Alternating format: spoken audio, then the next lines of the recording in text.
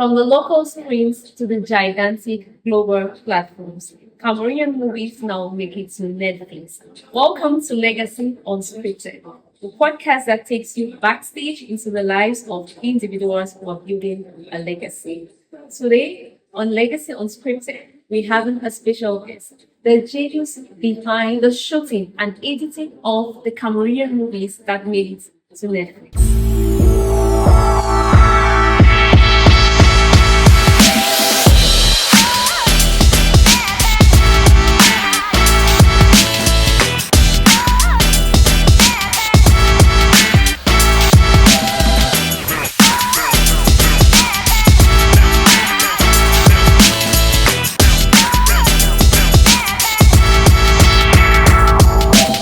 Good evening and welcome, Delmezzo. Mr. Takong, popularly known as Delmezzo.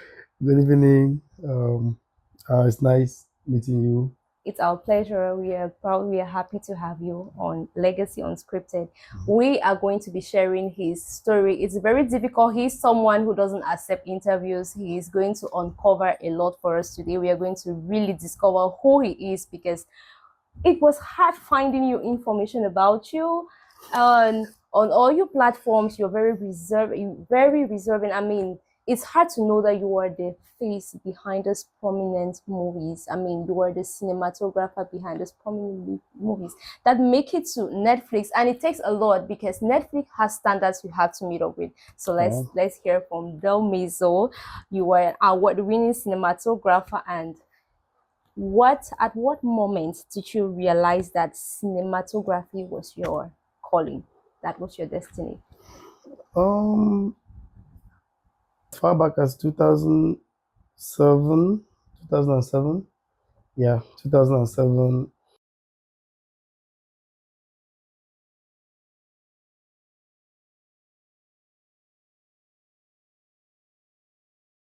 Developing this so much passion for cinematography. Before that, I had my feet everywhere. Lighting, acting as well. And editing and everything. I started building up, but at that time I was like, okay, I want to specialize more as a cinematographer, and that's what pushed me to start studying after that. Yeah. So you've been filming a lot of movies. What is that one movie that you're particularly proud of?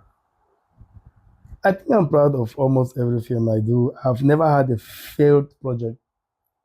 It's something everybody in the industry can say that I've never been part of any project that's a failure that doesn't do well. So there's a whole lot of projects I'm proud of, a whole lot. But come on, like I don't know. The recent films that I did, I think I'm much more proud of them. Unfortunately, they're not yet released. They'll be released in a couple of months from now. Okay. That I'm highly proud of. I can't wait for the world to watch them. Yeah. I have Lights Out, directed by Ena John Scott, produced by Proxy, and then and Kalista. Then I have Mabanda. Mabanda is the recent one, directed by Cam Quintus, produced and directed by him. And I really can't just wait for the world to see that. Yeah, I'm proud of them. Yeah. What is that moment? Can you share us one moment that really shaped your vision into the cinematography? Like made you said like an aha moment, a moment that made you to like, I want to be the best in this. I want to do my best. I don't just want to be a cinematographer. I want to be a world-class cinematographer. Okay. The thing is, it goes as far back as 2010, 2009, 2010, when I decided that I wanted to study and enrolled. So I had a 9 month course with Sydney Film School, Australia, to study cinematography in particular. That was my specialization. The minor was directing, and then sub minor editing. But cinematography was, that course was that dream. And from there, I had a mentor in Canada that told me, initially I wanted to be a director. Okay. Yeah, I've always loved to be like a film director. So I had this mentor, Peter D.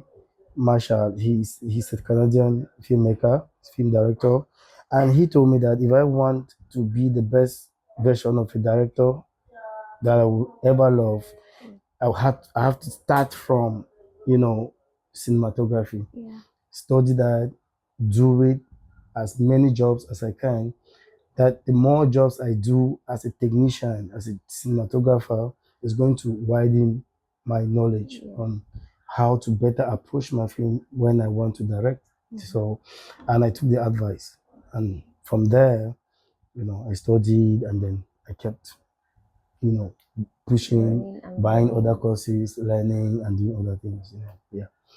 Okay, so right now, all this has paid off. We can be so passionate about something, but when we want to excel in this, we have to keep pushing. We have to go ahead and learn from the core, from the go to the source and learn how the things are being done in order to excel in this. So now that your films feature, like the films you shoot, the meet, first of all, before we go there, what are the standards that you need to meet in order for your films to feature on Netflix?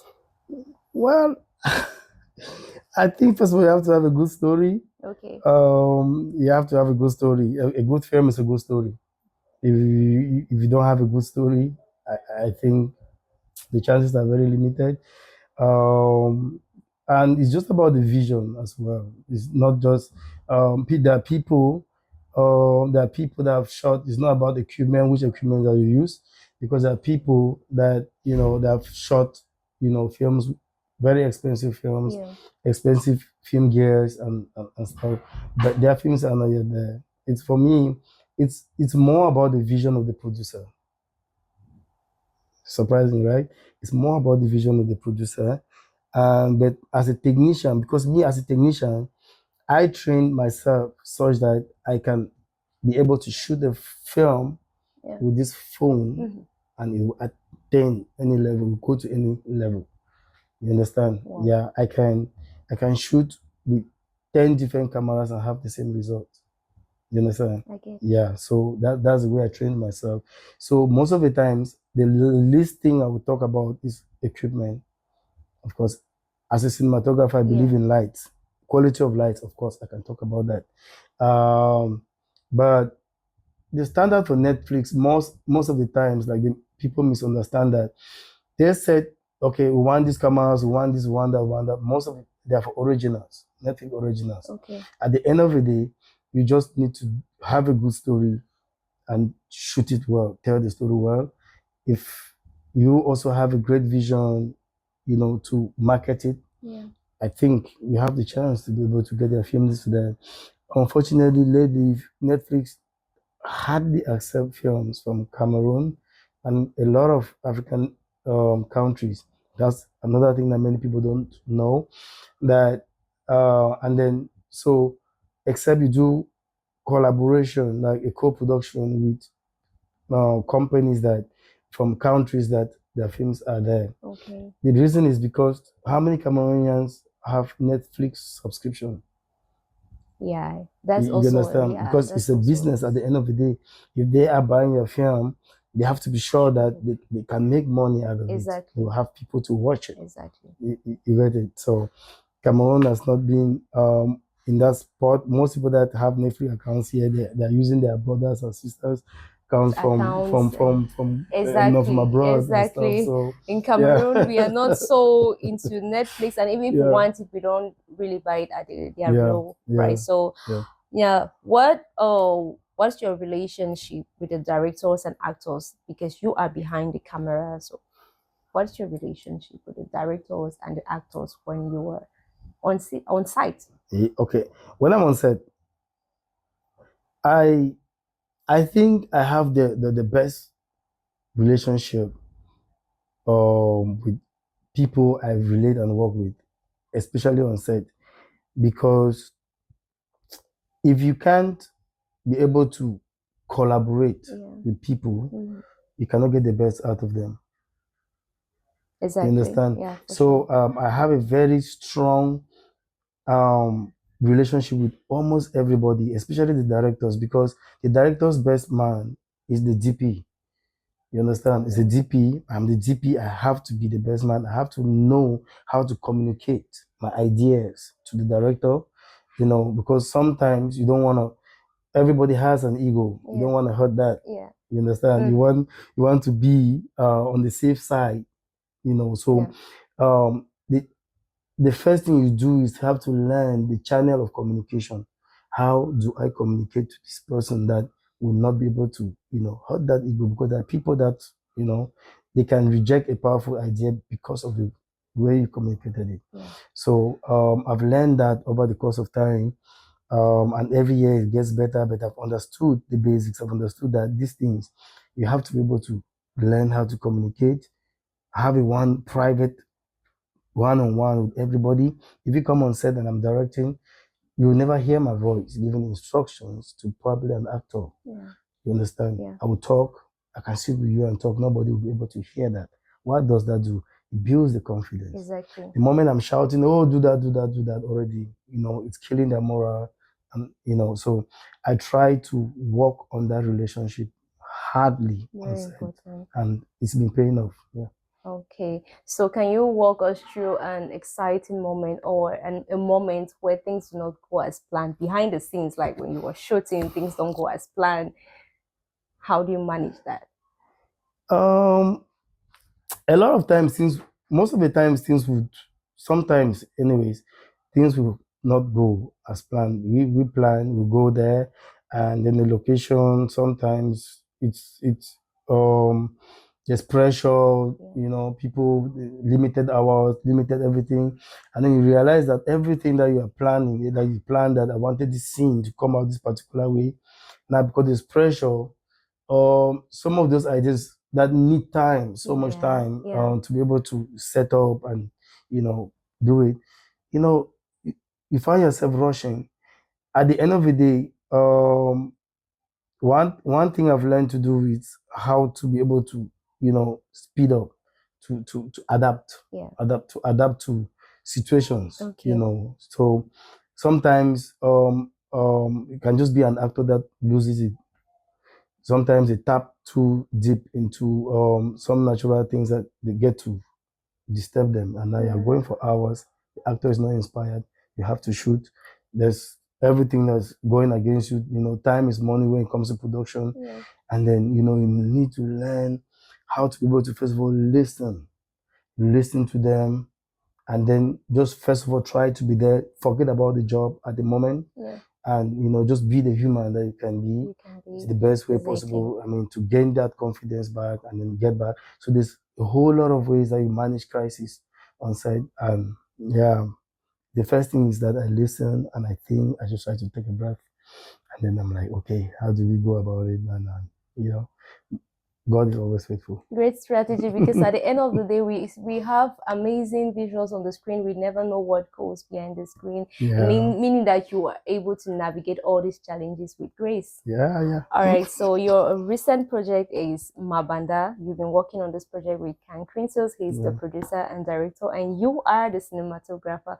We have a lot of expectations for this movie. What would you say what should we be expecting from Mabanda? Well, I expect a film that would keep you at the edge, of your seat. Okay. It's a story that has no dull moment, especially as it develops. It's a very emotional story as well. So people that want to watch the film, I always advise have a tissue somewhere. That's a tip. Oh, really? Yeah. So we have to start preparing our tissues before Mabanda is out. We have to be ready to cry, right? Be ready to cry. It's a very emotional story. Okay. That's well done. The director, from the writer. Okay. The film, we had enough time to work on the story. The main team, to like go over the story over and over with the director. He knew exactly what he wanted. And he communicated those ideas countless times. We were sitting here in the same space. oh no, and then he would just like, I will not write, oh Mezo, this film, and then this is what I'm thinking, how do we do this, how do we achieve this and that. So we had enough time to, work, to brainstorm, and then, figure out how to do, because from the time we started shooting, everything was going fast. And then because he had a lot of deadlines, there's Netflix, there's a lot of things that he had to meet with time. And it's the fastest film ever that I've ever edited. Fastest film ever.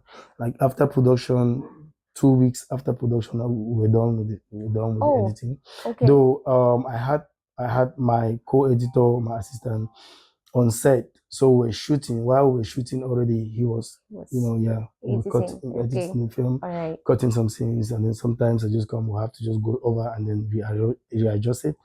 And so by the time we finished, we had like half the film already cut, and then I took 2 weeks to finish that. So my banda all through it's like 2 months something of production and post-production, and everything will be the fastest. That's great.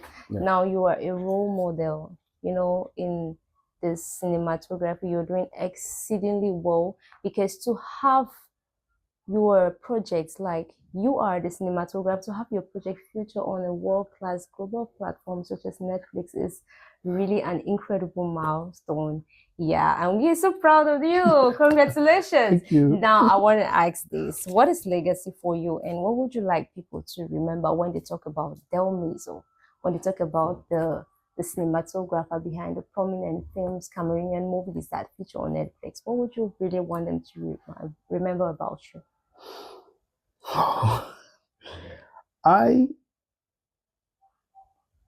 My jobs, the works I do, I invest my soul into every work I do, and I've always wanted to change lives, through the stories I tell, and because at the end of the day, that's what people remember, how they felt when they watch their work. Like when I came back, maybe it's on that side. When I came back 2 days ago, on my way from the airport coming home, I received a text message, a very long text message, on WhatsApp from one filmmaker. It's a female, and she just watched one of the films I did last year at the Crown. So she watched it at the Crown Noir, and she sent this long text message giving me my flowers. Oh my God. Kind of like she was so emotional about everything, and it really, really got me emotional. I cried that day. I did not know that, okay, this is what I do affects people that way. She was, it's the best feeling I've had this year. You understand? And so for me, that's what I want for people, to be able to, change lives, inspire people, especially the younger generation, like that always want to be like me, want to do things the way I do. Yeah, that's for me. I just want my works to just be that inspiration to the other generation. If I'm not here someday, they will have that, as a template for them to be able to, and then they will look at my career and they'll be like, okay, I want to be like this person or even better, So for me, that's the legacy. Great. So I want to ask one more question. What is your best moments like? Is it behind the cameras or during editing? Behind the cameras. I think behind the cameras, that's where the magic is being created. Okay. You understand? And if you miss it there, there's less you can do in post. There's most of the times. Yeah, of course, they always say sometimes they say you can shoot magic on set and then it's a wrong editor spoils it. I have come to a position where I want to edit almost every film I shoot, because most of the times when you shoot, you come back and then or give it to some other person and they don't understand that vision that you had. They get to spoil it. I've had bad experiences with that, and it's something you don't like. But my best moments are behind the scenes, like the fun that you have while creating Yeah, that, creating the even with the magic. challenges that are raining on you. But sometimes you just want to find that moment to relax, to just throw one or two words to inspire people to just laugh, and then it's go there. Those are my best moments. I like shooting all the Okay. time. Editing is very lonely. It's a very I lonely guess. process. I I will guess. spend hours and hours sitting on this chair here working, and it's just me. Sometimes you're lucky that the director can pass by, and when they pass by, it's not even work. Sometimes we just sitting and discussing and like, hey, how is it going and stuff, and then they can see one or two things, and then we look at that. Yeah. Yeah, aside that, most of the time you are sitting there editing. So what's interesting about that? Nothing. So set. That's where the fun is. I like the fun. Okay, so people watching you can think that everything has always been easy, everything goes smoothly. Can you take us one moment when you doubted yourself, when you felt like, no, maybe you have to change career? I've I've never had a moment where I wanted to change this career though, Okay. because it's passion. First of all, for me, it's passion, and then before money, the passion is giving me money, Yeah. and it's the love I have for what I do that keeps me going. Yeah. You understand? So even when things are not going, I keep thinking about where I want to be. And it gives you that motivation to, all right, want to get better. And I'm somebody also that I like my next job to be the best, the next job to always be the best, at least 10 times better than the other one. So the moment you are appreciating, you are seeing this one on Netflix or Amazon Prime or wheresoever you watch it, and you are like, hey, I like this job. Not that, okay, I'm already far, like 10 or 100 times better than what you saw that you're being inspired there. And luckily for me, it's always been like that. It's always, I've always improved, yeah. But I've not had that moment where I doubt myself. Then I'm like, I want to quit. There are moments that, yeah, that you can be discouraged. Like I said, like when you do a job and then you have a high expectation from when you shoot as DP, Yeah. and you have a high expectation, and then you watch the film and you're not the editor, and then probably you do not have access to post production, Yeah. and then you watch it and then you are so disappointed. I've had that. It's It's heartbreaking. very, very heartbreaking. Trust me. And then when you imagine, I have a whole generation of youth that they look up to me, and then imagine when you have comments from them that they are doubting that, did you really do this film? You get that? And then because they spoiled it. Most of the times you see end up they have to bring it back, but the damage has been done. A lot of people are watching. Probably maybe it's after premiere. Now I have to start fixing the film again. I have to maybe start editing the film all over. But that damage already has been done. So there are those moments, honestly, that are very discouraging as well. But for me, at times like that, how do I fix this? Probably I want to put a clause that if I shoot, I have to have an access to post production. If I'm not editing, it has to be there. If not, I'm not taking the job. For me, I'm always looking for how to fix it. All right. What would you say is the future of Cameroonian cinema?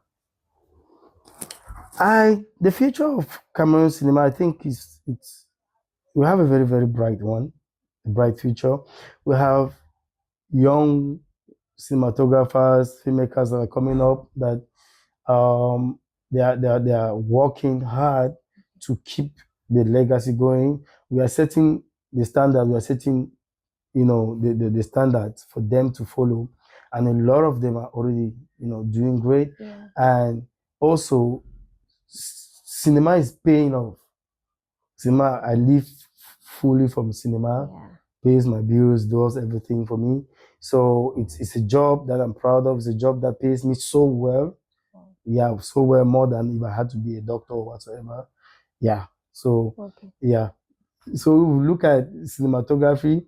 For anybody that knows what they want, it's going to be a very, very fruitful job for them. And the Oh, future is really, really bright. A lot of things are developing for the industry, and a lot of people are beginning to pay so much attention to the things that we do.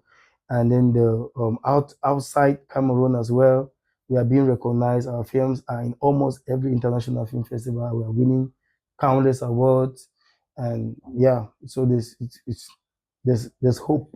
Yeah. There's really hope for Cameroonian cinema. We can see that. So, one last thing, what would you say to the people watching you? What message would you want to transfer out there from Delmezzo? I think what I'll tell the people watching is that they should try to watch Cameroon films, Okay. especially what I do. Okay, If they are all afraid right. that Can you if they list are some of the movies so we can go watch them? They can go watch them. okay, you have Saving Bango. You watch Saving Bango. This is where I come from. There is Fisherman's Diary. There's Nganu. There is okay. Why am I even calling the films I did? There's Half Heaven. It's a good film, very very good film. It's on Amazon Prime. Um, there is my banda coming up. Yeah, I'm sure they'll be we are proud. excited. There is Lights Out also coming up. It's Okay. one of the films I'm highly proud of. Okay. Very very proud of. Yeah. And a lot of other films, a whole lot of films out there that are doing well, are very good that I can recommend for people to watch. But just try as much as you can to watch it. You will love it. As you heard Delmezzo, you have to go watch Cameroonian movies, and please make sure you watch Netflix because we want more Cameroonian movies to feature on Netflix, Subscribe. and the only way for us to have more Cameroonian movies on Netflix is by subscribing. So Netflix gets to recognize Cameroonians as consumers. Okay, Delmezzo, thank you so much for being on Legacy Unscripted. Thank you for having us, and thank you for sharing your journey with us. And we know so many are inspired by you and looking forward to being the Delmezzo of tomorrow. Thank you so much. Thank you for having me. And for giving me my first interview. Yeah, I refused a whole lot, and I'm happy. I'm happy that finally I had to do it, and I'm doing it with you guys. So yeah, I'm glad. Thank you. Thank you too. This is Legacy Unscripted.